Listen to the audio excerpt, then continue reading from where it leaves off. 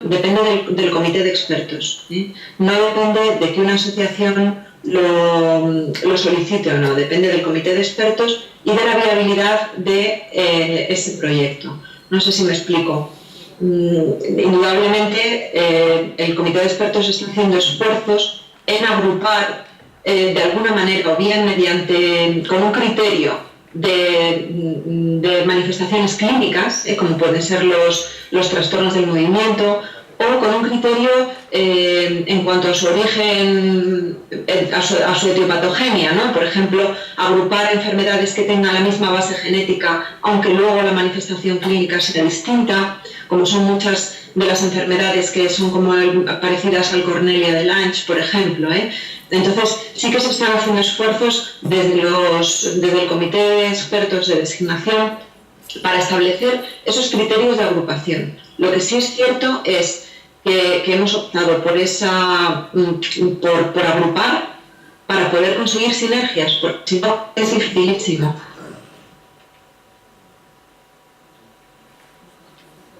¿Alguna pregunta más? ¿Algún comentario sobre las ponencias? Hoy no pregunta más, Paloma.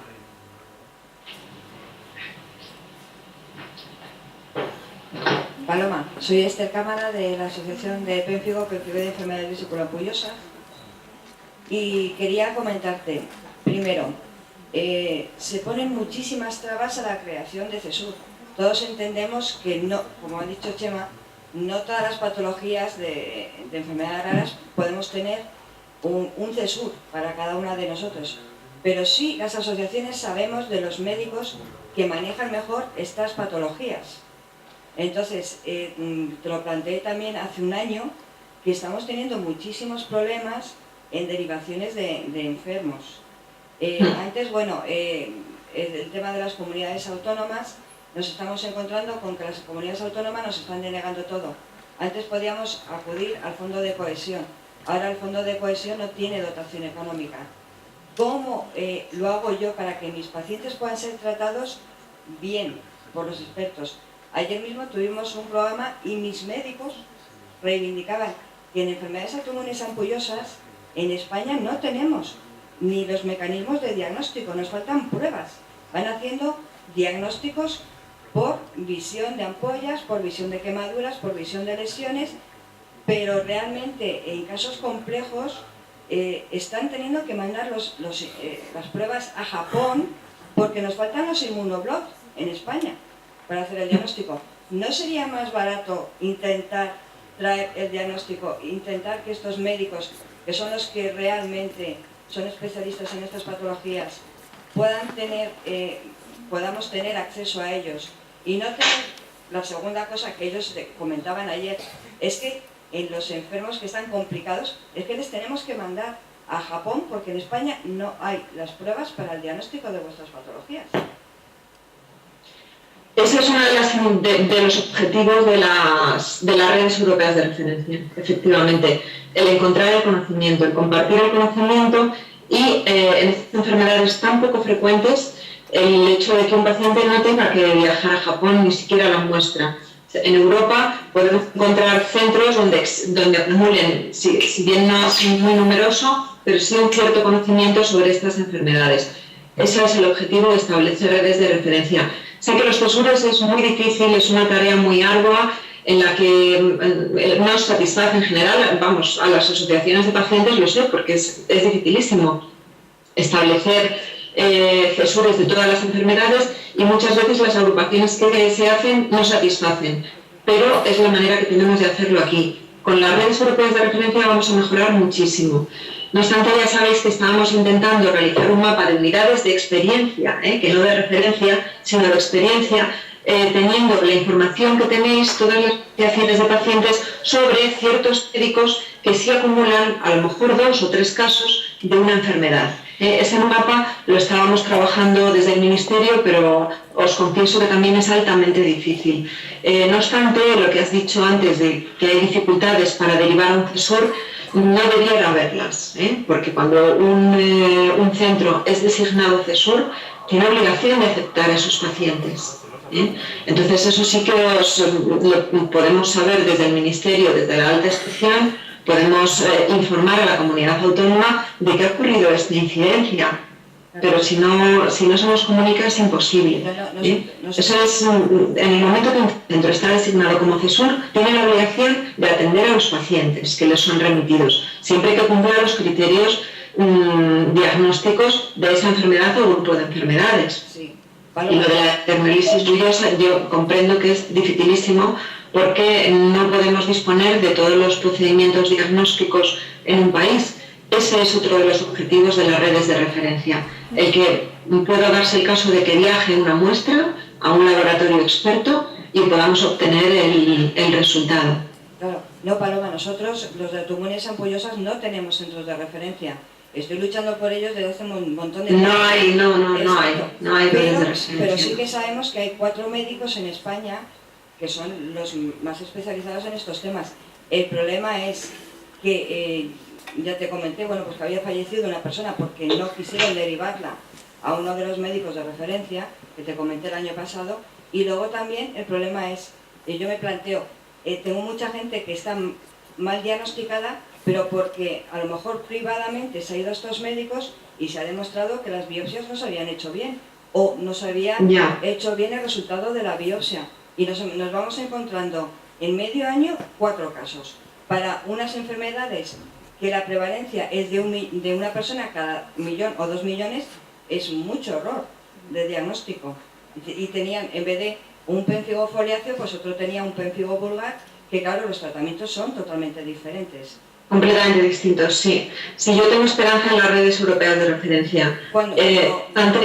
Seguimos trabajando en ello. Sé que para vosotros, los familiares de los pacientes y para los pacientes, esta respuesta no es suficiente, pero es lo que podemos hacer. Cuando realizamos el café científico en Burgos, en el primer congreso que hemos tenido de este tipo de patologías, ahora en junio, que realizamos un café científico en Burgos hace nada, en junio, que tuvimos el primer congreso de estas patologías, entonces los propios médicos hablaban de aprovechar las apps que tenemos en este momento y a través de las apps enviar imágenes, enviar historias clínicas, pero claro, hay que, digamos que, hacer que todos los hospitales tengan la dotación tecnológica adecuada, porque los médicos decían, vale, yo puedo hacer unas fotografías, enviar biopsias, esa no puede ir por la app, pero sí puedo ir adelantando lo que yo he visto, pero claro, si la otra persona no tiene en ese hospital los métodos para enviármelo a mí o yo enviárselo a él, pues nos encontramos en la misma. Incluso aprovechar las apps que existen en este momento que dan la oportunidad de que el paciente lleve la historia clínica en su propio teléfono móvil y vaya por todos los médicos explicando y viendo ya los médicos crear un equipo multidisciplinar a través de esas apps que tenemos hoy en día. Pero nos estamos encontrando con que es muy difícil implementar este método porque no todos los hospitales tienen la dotación tecnológica apropiada, ¿no? Y te encuentras desde médicos que están escribiendo todavía hoy en día las historias clínicas a hospitales que sí, los médicos lo tienen todo informatizado. Entonces, sí, ocurre eso, claro que sí, en España sí. Por eso estamos trabajando en que ciertos datos sean interoperables, efectivamente. Entonces, pero bueno, yo no digo que estemos parados, digo que estamos en ese camino. El camino es difícil porque en nuestro país hay hospitales, como bien has dicho, que trabajan con historia en papel todavía, efectivamente.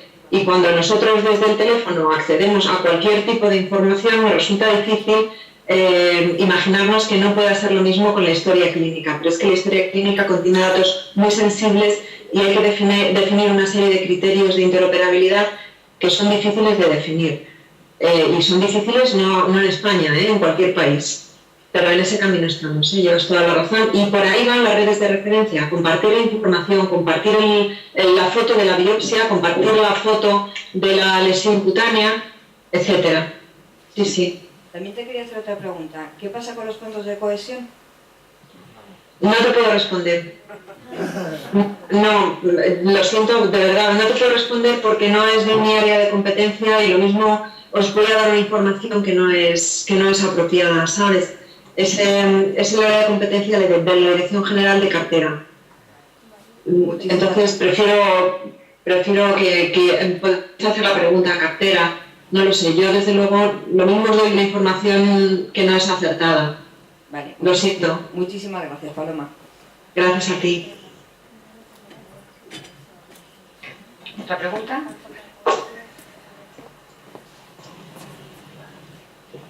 Buenas tardes, Paloma. Soy Ruth Blanco, de la Asociación Corea de Huntington Española. Haciendo referencia a los CESUR, lo que has comentado antes... No te oigo nada. ¿Me escuchas? Ahora. Sí. Soy Ruth Blanco, de la Asociación Corea de Huntington Española. Quería volver a los CESUR, como ha comentado antes, el tema de las derivaciones. Por desgracia, tenemos bastante noticia de que no llegan a término. Se ponen muchas trabas, muchos problemas y en muchas ocasiones es inviable trasladar a los enfermos de otras comunidades autónomas a que los atiendan en CESUR especializados en trastornos de movimiento, como es nuestro caso. Usted ha hecho referencia anteriormente a que había cauces para poder subsanar esa situación. Entonces me gustaría saber si puede especificar de una forma concreta qué acciones podríamos llevar a cabo para intentar que esos pacientes efectivamente fueran derivados. ¿De qué forma directa tendríamos que referirnos o cómo solucionarlo? Gracias.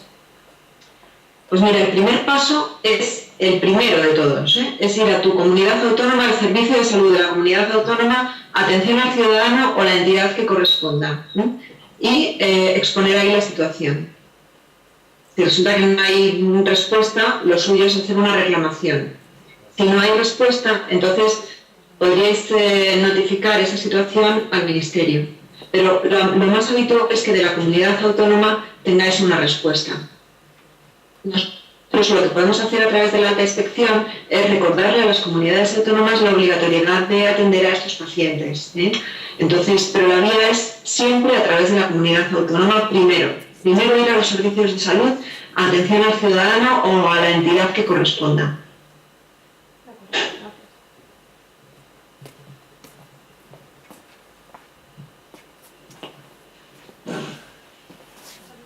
Buenas tardes, Paloma. Soy Juanjo, de la Asociación Síndrome de Apert.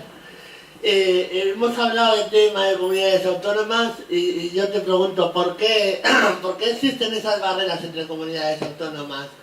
Yo tengo, por ejemplo, a mi hermana Nélida, que es de Málaga. Nélida tiene como yo el síndrome de Apert. Y en Sevilla sabemos que hay algo del síndrome de Apert, pero los verdaderos especialistas están en Madrid, están en el 12 de octubre. Y no la quieren derivar allí porque es de Andalucía. Entonces tenemos ese problema cuando hay otros chicos con Apert, véase Canarias, véase Galicia, que sí que ellos pueden entrar perfectamente. Entonces, ¿por qué ese tipo de barreras comunitarias, ¿no? que nos impiden una atención sanitaria justa? ¿Por qué no te lo sé responder? No lo sé. No sé por qué no sé qué responderte porque no debiera ser así. Es más, dentro del espíritu de la Directiva de Asistencia Transfronteriza, lo que no puede ser es que tengamos libertad de atención dentro de Europa y ocurran estas cosas en nuestro país. Yo creo que entre todos tenemos que luchar porque esto no ocurra y ir definiendo cada vez más centros de referencia, centros de experiencia y sobre todo que estas situaciones lleguen al conocimiento de quien tienen que llegar, que es a los servicios de salud, que son los responsables de la asistencia sanitaria de los residentes en su comunidad autónoma. Eso es importante, que vayáis a las comunidades autónomas y pongáis iba a decir la reclamación, pero bueno, que pongáis en su conocimiento cuál es la situación, porque muchas veces es que ni se sabe. Y vamos a nivel de gerencias hospitalarias. Nosotros desde el Ministerio no podemos hacer nada y no puedo estar más de acuerdo contigo. Simplemente podemos comunicar la situación a una comunidad autónoma u otra y si se trata de CESURes, comunicarlo a través de la alta inspección. Pero totalmente de acuerdo contigo, sí.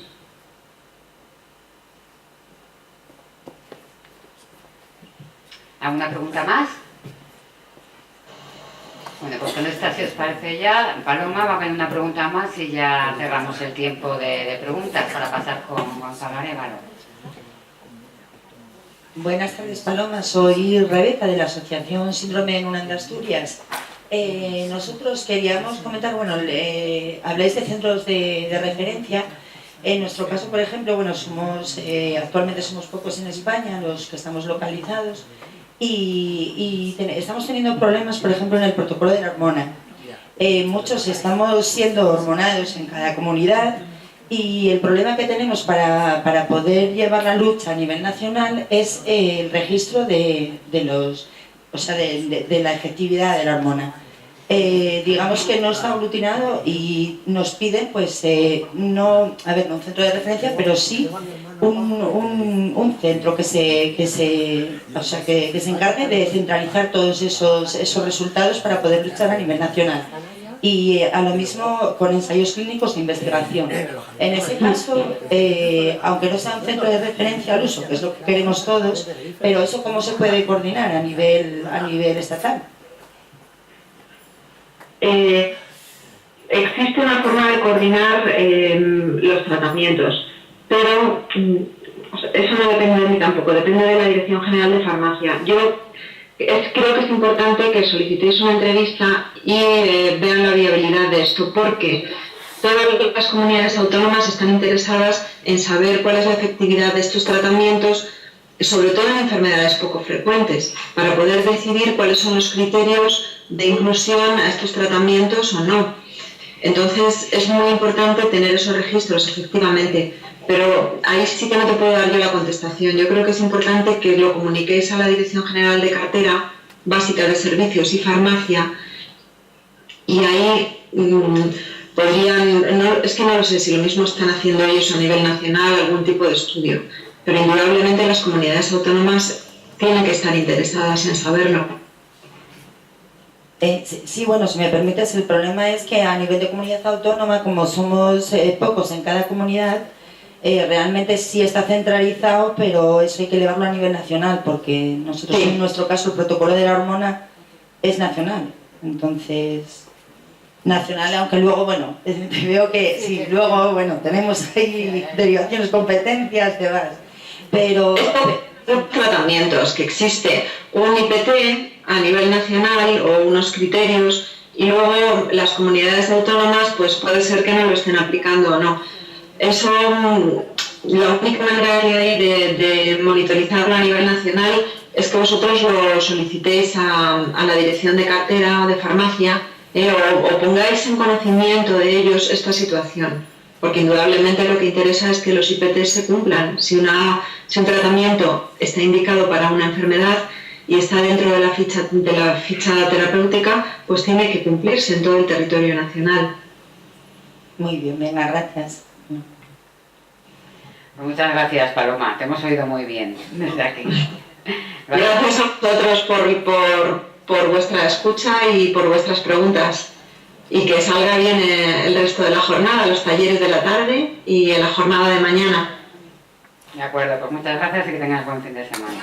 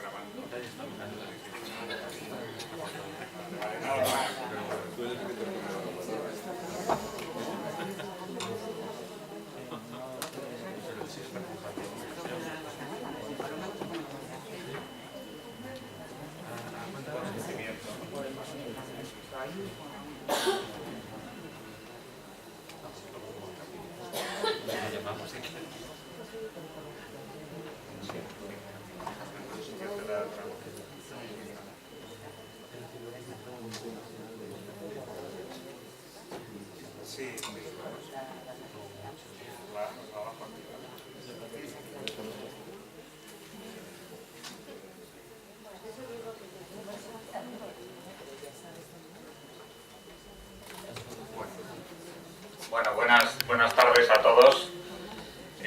nombre es Gonzalo Arévalo, yo trabajo para el Instituto de Salud Carlos III, concretamente coordino la Oficina de Proyectos Europeos del Instituto, ¿no?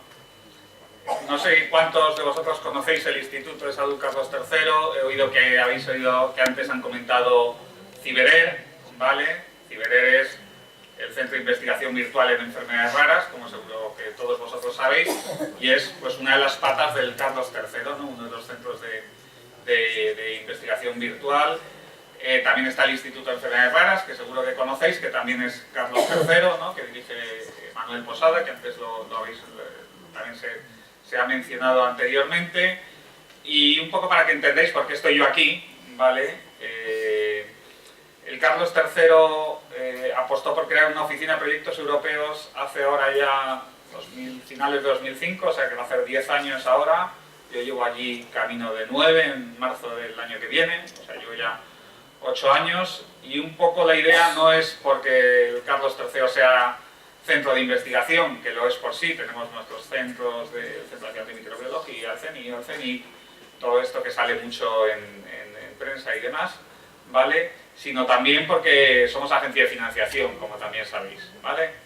Y entonces lo que tratamos es de ser una plataforma, nuestra oficina, de ayuda y de promoción de la participación en programas internacionales. Yo voy a hablaros de investigación e innovación, ¿vale? Y concretamente del programa Horizonte 2020. ¿Alguno de vosotros ha oído hablar antes de Horizonte 2020? ¿Podéis levantar la mano? ¿Quién haya oído hablar de ello? ¿Vale? Más o menos yo por medir un poquito, ¿vale? Porque tampoco yo os quiero aburrir. O sea, yo os he visto que estáis muy familiarizados por cantidad de siglas que yo desconocía, con lo cual aquí, si algo que tienen los programas europeos, da igual que sean los de investigación, los de medio ambiente, los de sanidad, es que vivimos en un mar de siglas y de acrónimos, ¿no?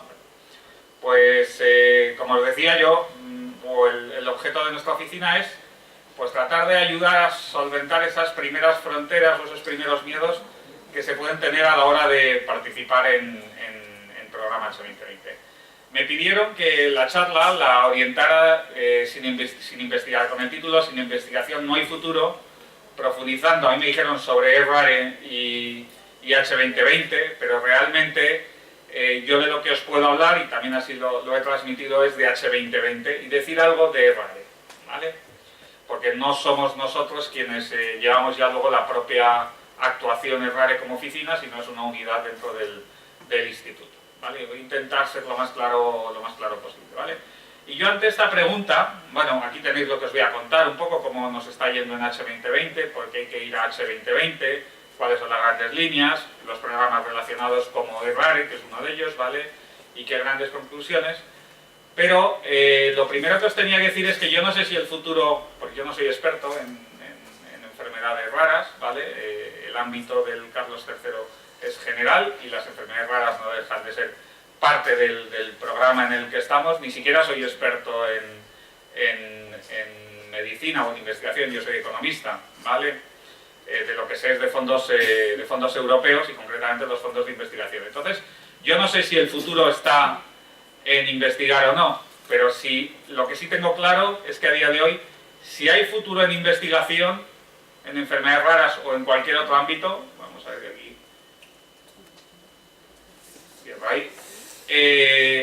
está en Europa. O sea, donde hay ahora mismo financiación y financiación creciente, ojo, financiación creciente muy, y podría estar diciendo muy de aquí hasta las 8 de la tarde, que no voy a estar hasta tan tarde, no os preocupéis, competitiva, pero si hay un sitio donde hay dinero, ¿vale? Ahora mismo, para financiar investigación e innovación, son en los fondos europeos y concretamente en H2020. Lo que pasa es que veremos que esa financiación, aparte de ser muy competitiva, también está dirigida.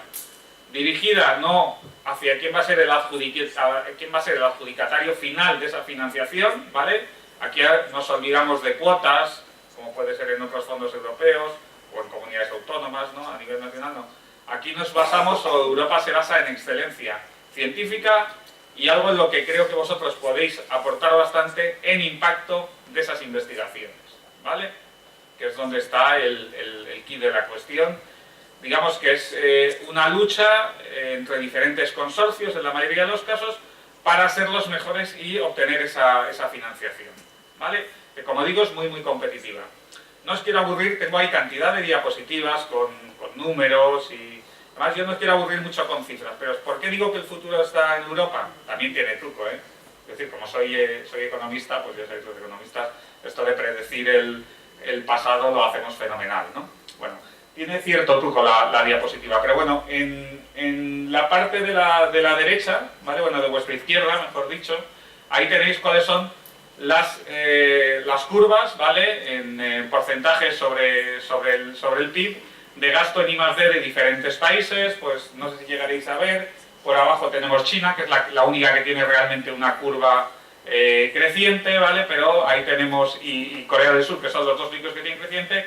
El resto, en términos políticamente correctos, porque me están grabando, digamos que son estacionarios, ¿no? Por no decir que serían casi decrecientes, ¿no? Lo que es la cantidad que hay disponible en investigación a nivel nacional, ¿vale? Y sin embargo, en la parte de la derecha tenéis cómo han ido evolucionando los presupuestos europeos, ¿vale? Desde el primer programa marco, que fue allá por el año 83, ¿vale? Los programas de investigación al principio eran programas, o sea, Europa se organiza, pues como se organizan los estados, en vez de tener ministerios, tiene diferentes direcciones generales, y al principio la investigación dependía de diferentes direcciones generales. Esto estoy hablando antes siquiera de que España formara parte de la Unión, bueno, de la entonces Comunidad Económica Europea, ahora Unión Europea. Entonces lo que hicieron fue sacar los programas marco para aglutinar todas las actividades de investigación de los diferentes ministerios, ¿vale? Allí llamadas direcciones generales, y por eso se llama programa marco de investigación. Bueno, pues del primer programa marco, allá por el 80 y tantos, con 3.000 millones de euros, ¿vale? También es verdad que era para 4 años, en H2020, que es Horizonte 2020, ¿vale? Y que va del periodo 2013 a 2020, la cantidad que tenemos ronda los 76.000 millones de euros, ¿vale? Por lo cual hemos multiplicado por 20, ¿no? Si no me equivoco, así haciendo el cálculo de cabeza. Con lo cual está claro que hay un incremento en el dinero que hay ahí. ¿Por qué digo que tiene truco? Porque hasta el sexto programa marco los ejercicios eran de 4 años. Cuando llegamos ya al séptimo programa marco, es decir, hace 8 años, en el 2007, que fue cuando se creó el séptimo programa marco, pasaron a ser periodos de 7 años, que es como van los presupuestos europeos, ¿vale? Los presupuestos europeos tienen una cosa muy buena, y es que se marcan políticas para 7 años. El dinero que hay en investigación, o en salud, o en agricultura, ahora mismo ya está fijado de aquí a 7 años. No tiene los vaivenes de cada año un debate con unas diferentes prioridades. Sí que es verdad que cuando toca, esos debates son intestinos, ¿no? Y lo que es, no os quiero aburrir con toda la forma cómo se discuten y los diferentes comités, pero el debate entre la Comisión, el Parlamento Europeo y los Estados miembros, que son al final los que tienen que poner gran parte del presupuesto comunitario, pues son intestinos. ¿Por qué es importante el crecimiento que hubo de FP7, que era el programa marco anterior y que dejó de llamarse FPs, ahora ya ser H2020, a precisamente H2020 es muy importante? Porque ese incremento de presupuesto, que eran 50 y tantos mil millones y 70 y tantos mil millones de euros, ¿vale? Se hizo en un marco de un presupuesto comunitario. Pensar que se debatieron los presupuestos en el año 2011-2012, cuando estábamos en plena crisis, ¿vale? Pues Europa dio un mensaje claro, ¿vale? Antes habéis hablado de, yo no sé muy bien cómo se distribuyen los fondos de cohesión en el ámbito vuestro, pero Europa dio un mensaje claro y dijo, mira, dentro de un presupuesto comunitario que no creció, es más, que disminuyó, es decir, el presupuesto que había 2007-2013 era mayor que 2013-2020. Dijeron, en investigación e innovación tiene que aumentar. ¿Esto qué fue? Contra otras políticas, pues no sé si la de agricultura, la de infraestructuras o la que fuera, pero lo que quiere decir es que Europa llamó la atención de que si queríamos salir de una situación de crisis, teníamos que cambiar nuestro, esto lo habéis oído hablar cantidad de veces, nuestro modelo productivo, ¿no? Y pasar más a ser una sociedad basada en el conocimiento, etc. No os quiero aburrir con todo esto, pero simplemente para que entendáis que si hay algo en investigación realmente donde esté creciendo es por Europa. Y además Europa tiene una cosa Yo igual me voy a saltar algunas diapositivas, porque de verdad que lo que lejos quiero un viernes por la tarde es aburriros, ¿vale? Pero si Europa está haciendo una cosa muy buena con estos 70 y tantos mil millones, que España pescará, si nos va bien la cosa, unos 7.000, ¿vale? Y si nos va a regular la cosa, 6.000, no lo sé, es que va cambiando las políticas nacionales. Y esto que hablabais antes del problema que tenemos con las comunidades autónomas, que ya digo, yo desconozco, porque yo soy más del ámbito de I+D, aunque oigo cosas en prensa, lógicamente, ¿no? Leo los periódicos y demás. Bueno, pues Europa, por ejemplo, cambió el plan estatal